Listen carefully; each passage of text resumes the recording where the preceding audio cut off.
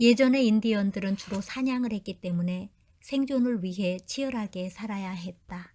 사냥한다는 것이 말처럼 단순하지 않고 짐승이 얼마든지 있는 것도 아니기에 사냥감을 찾기가 쉽지 않았다. 그래서 그들은 추장의 인도를 따라 움직이면서 사냥에 관한 엄격한 규율을 가지고 있었다. 짐승 중에 어린 새끼나 새끼를 베고 있는 어미는 절대로 잡지 않았다. 그리고 사냥을 못해서 죽을 경우를 대비해 양식이 있을 때 일부러 며칠씩 굶으면서 지내는 훈련을 했다. 이처럼 그들은 자신을 다스리면서 살았기 때문에 삶이 아주 건전하고 깨끗하고 활기찼으며 서로를 믿는 마음과 서로를 위하는 마음이 바탕에 있었다. 그런 인디언들의 삶이 변하기 시작했다.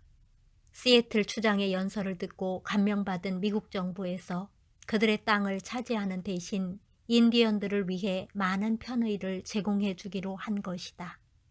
미국이 아닌 다른 나라였다면 그렇게 대하지 않고 무력으로 땅을 빼앗았을지도 모른다. 반항하면 총으로 쏘아 인디언 원주민들을 죽였을 것이다. 그런 면에서 미국 사람들은 신사적이라는 마음이 든다. 인디언들을 존중했고 시애틀 추장을 존경했으며 그냥 땅을 빼앗지 않고 인디언들과 좋은 관계를 유지하고 싶어 했다.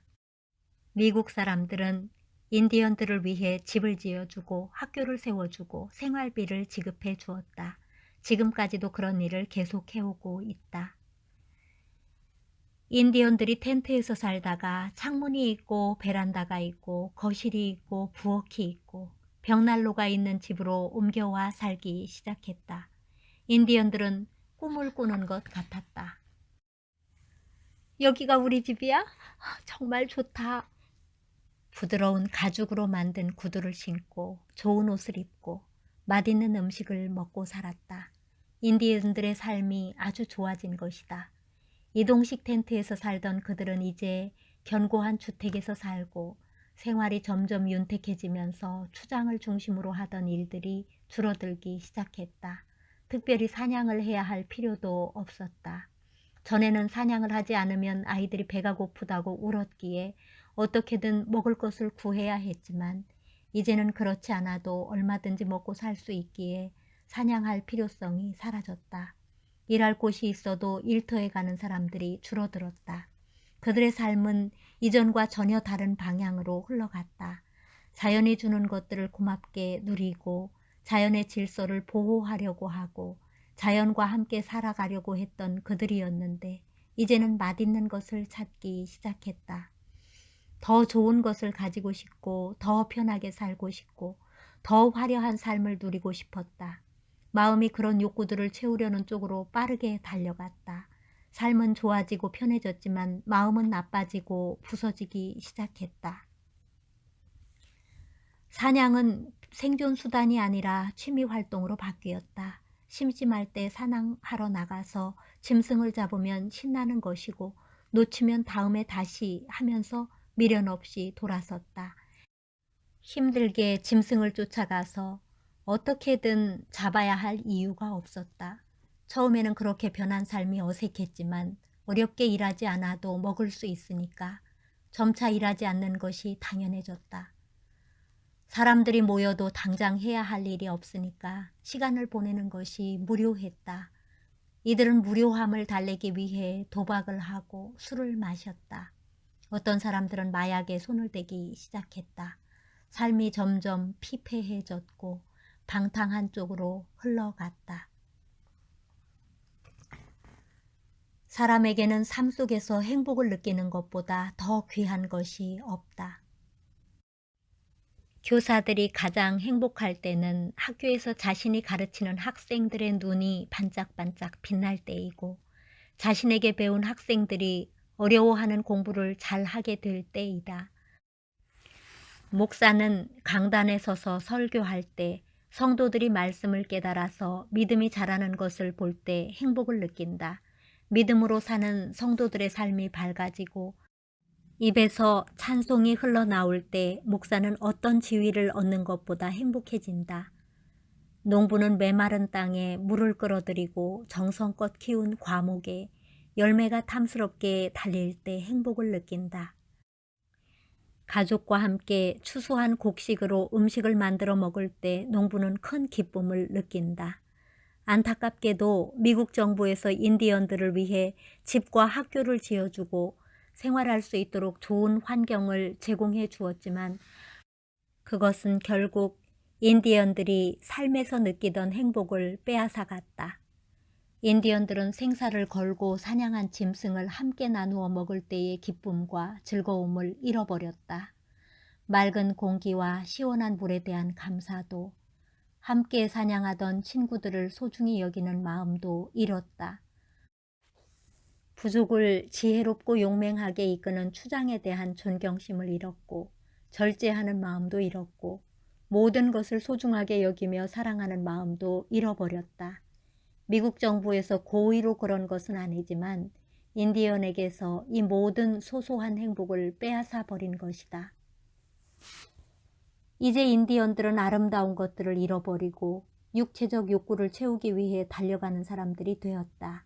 그들은 욕망을 위해 할 수 있는 모든 것들을 찾았다. 심심풀이로 시작한 카드놀이가 도박으로 발전했다. 도박을 해서 돈을 따는 재미도 있지만 나중에는 돈을 잃지 않으려고 같이 도박하는 친구들을 속이기도 했다. 그로 인해 싸움이 일어나고 사람들이 점점 거칠어졌다. 예전에 지니고 살던 아름다운 마음, 신선한 기쁨은 상상도 할 수 없었다.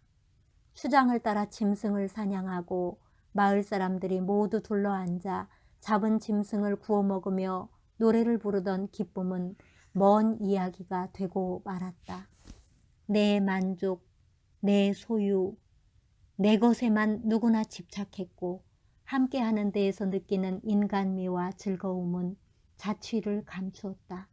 옆집 아이가 넘어졌을 때 일으켜 세우고 바지에 묻은 흙을 털어준 후 조심해서 다니거라 라고 말하는 따뜻한 모습은 마을에서 완전히 사라졌다. 인디언들의 마음이 점점 문란한 쪽으로 흘러갔다.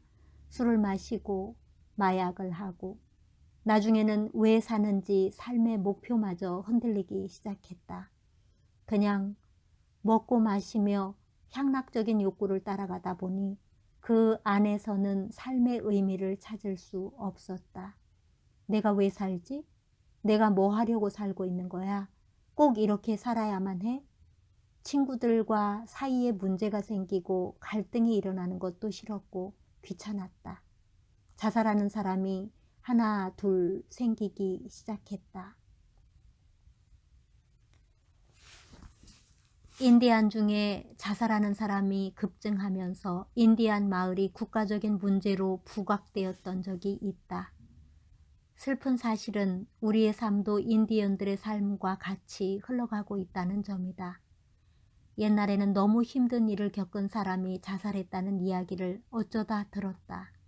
그런데 요즘은 자살했다는 이야기를 주변에서 매우 쉽게 듣는다. 옛날에는 중고등학생이 자살한다는 것은 말도 안 되는 일이었는데 요즘은 초등학생이 자살을 한다.